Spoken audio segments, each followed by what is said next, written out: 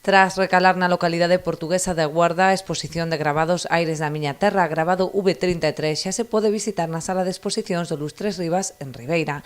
Está composta dunha escolma dos traballos de 26 artistas que participaron nun obradoiro desenvolvido hai 2 anos polo Museo de Artes do Gravado, coincidindo co 140 aniversario da publicación do poemario de Curros Enríquez.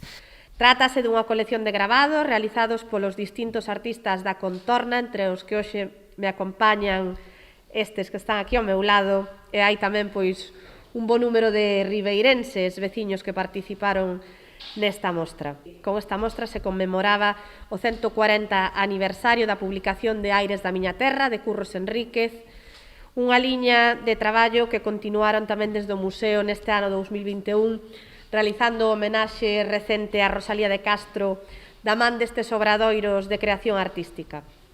Un dos artistas, Antonio Pérez, quixo destacar o papel dos mestres Antonio Navarro e José Fuentes e os seus coñecementos sobre esta novidosa técnica denominada gravado V33. As enseñanzas tan importantes que nos facilita José Fuentes e Antonio Navarro, porque son dúas persoas excelentes, con unha facilidade de transmitir os coñecementos moi importante. Eu poucas veces vin xente con tanta capacidade para enseñar, con unha facilidade importantísima, e despois, claro, cada un ten a súa maneira de crear e de facer a súa obra, se sabe escoller todo o que che transmiten, é unha cousa moi importante. Eu vexo que cada ano que asisto aos cursos aprendo cousas todos os días.